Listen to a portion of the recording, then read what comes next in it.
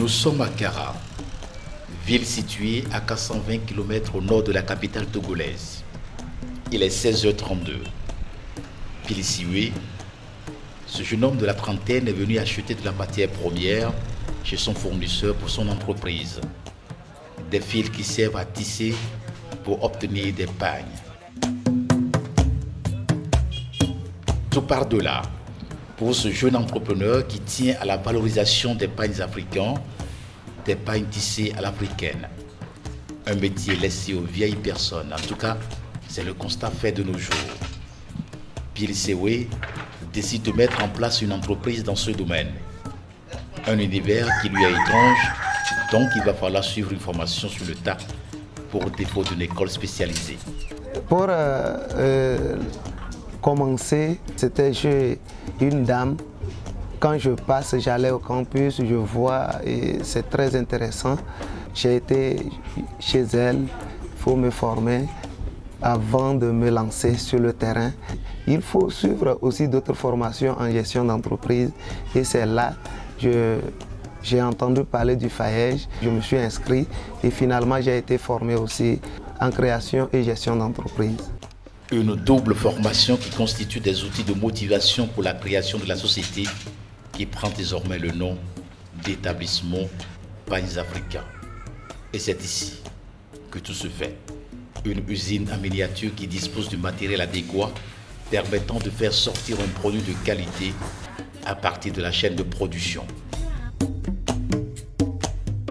Originellement, les pagnes sont réalisées en tissant plusieurs fils de coton de différentes couleurs entre eux, obtenant ainsi des bandes de tissu cousues ensemble. Après, s'ensuit la création des motifs géométriques complexes, aux couleurs éclatantes avec des significations traditionnelles très particulières. Les tissus qui sont produits par la société Pagnes Africains sont de meilleure qualité. Nous avons de différents types de pagnes, comme le pagne loco que je tiens. C'est un pagne qui pèse. Donc nous faisons savoir à nos clients que lorsque tu prends ce pagne, ça ne se décolore pas.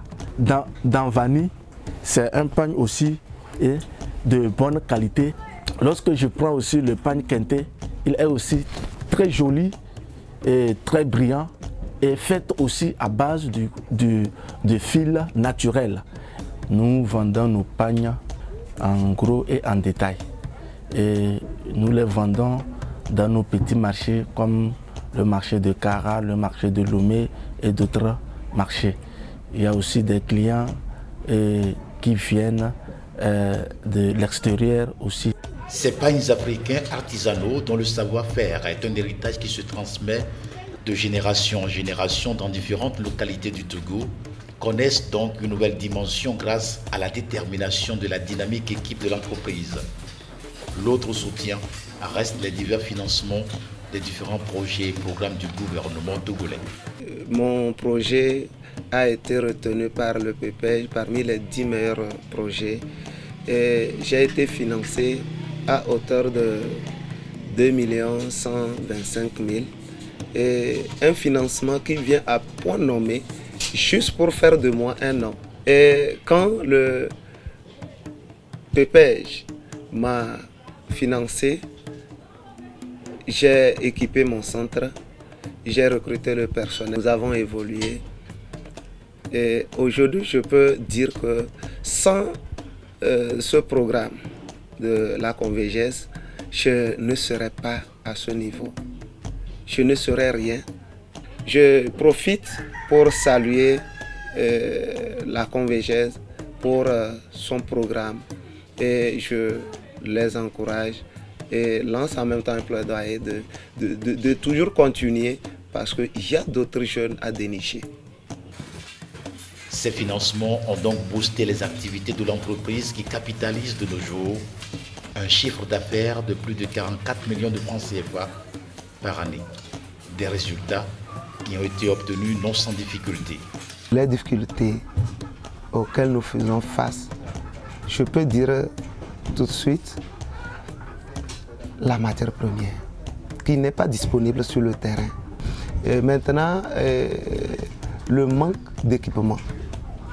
La main-d'œuvre cause beaucoup de problèmes sur le terrain et la production n'est pas à la hauteur. Les pagnes africains continuent de faire leurs preuves malgré tout sur le marché en s'imposant devant la concurrence.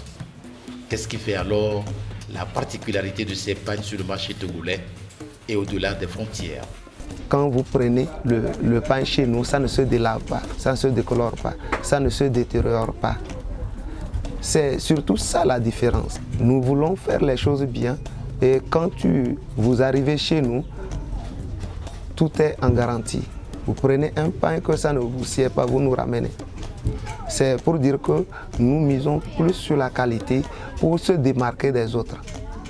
La qualité des produits de l'établissement Pagne Africain conduit la nouvelle génération à commencer progressivement par adopter les pagnes tissées dans les habitudes vestimentaires.